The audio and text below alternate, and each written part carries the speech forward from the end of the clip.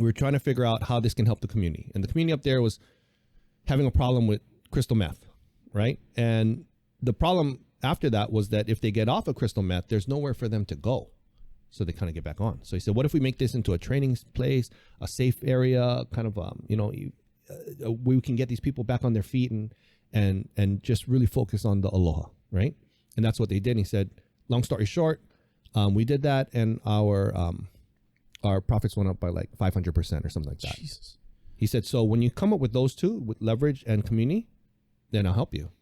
And that's where this whole Greater Good Radio thing came up, because I went in there trying to get money for donations, and then I left thinking, how's our business going to help the community? I was like, what kind of Jedi mind trick is this on me, And that's when my wife said, hey, we should try and get these messages out there.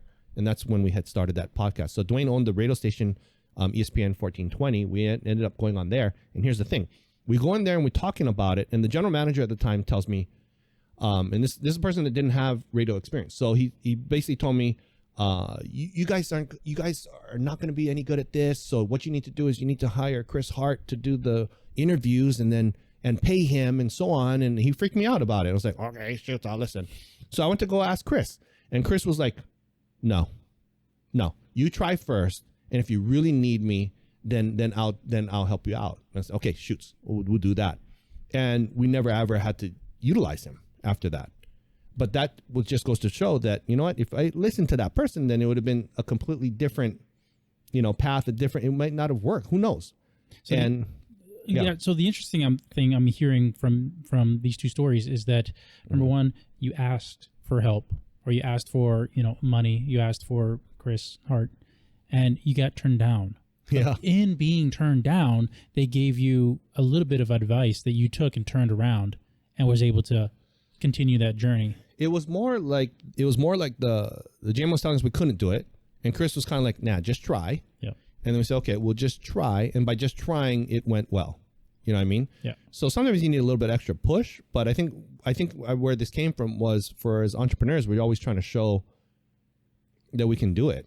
You know what I mean? Because I don't know about you, but a lot of the entrepreneurs I know, they all have something kind of going on, typically, like ADHD or dyslexia or, some Asperger's or whatever, and we're all kind of a little bit off. So like, for the majority of the ones I know, there's some little bit action going on over there. I'm totally normal, I swear. Except you, you know what I mean? So you're the outlier. But that's true. No, that's definitely true. Like I know that I think, and my brain operates far more than I think it should. I stay up at night.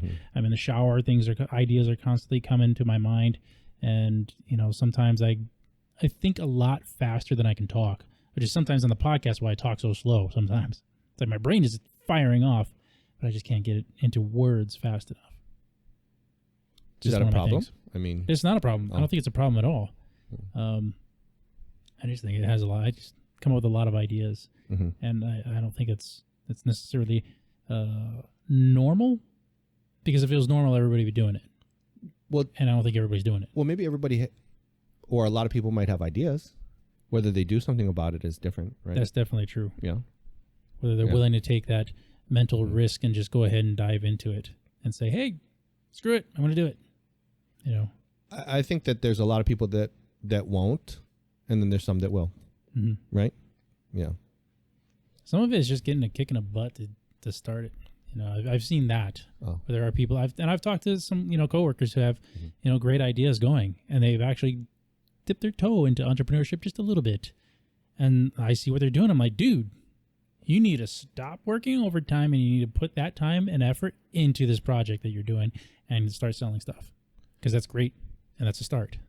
Well, typically what happens is you need to have enough pain. That's true too. If you have enough pain to go there and you have to do it, then you start to do it. Yeah. Right. I have a friend, Mickey Tomita, and she does a lot of these design thinking and kind of like entrepreneur things for kids and so on.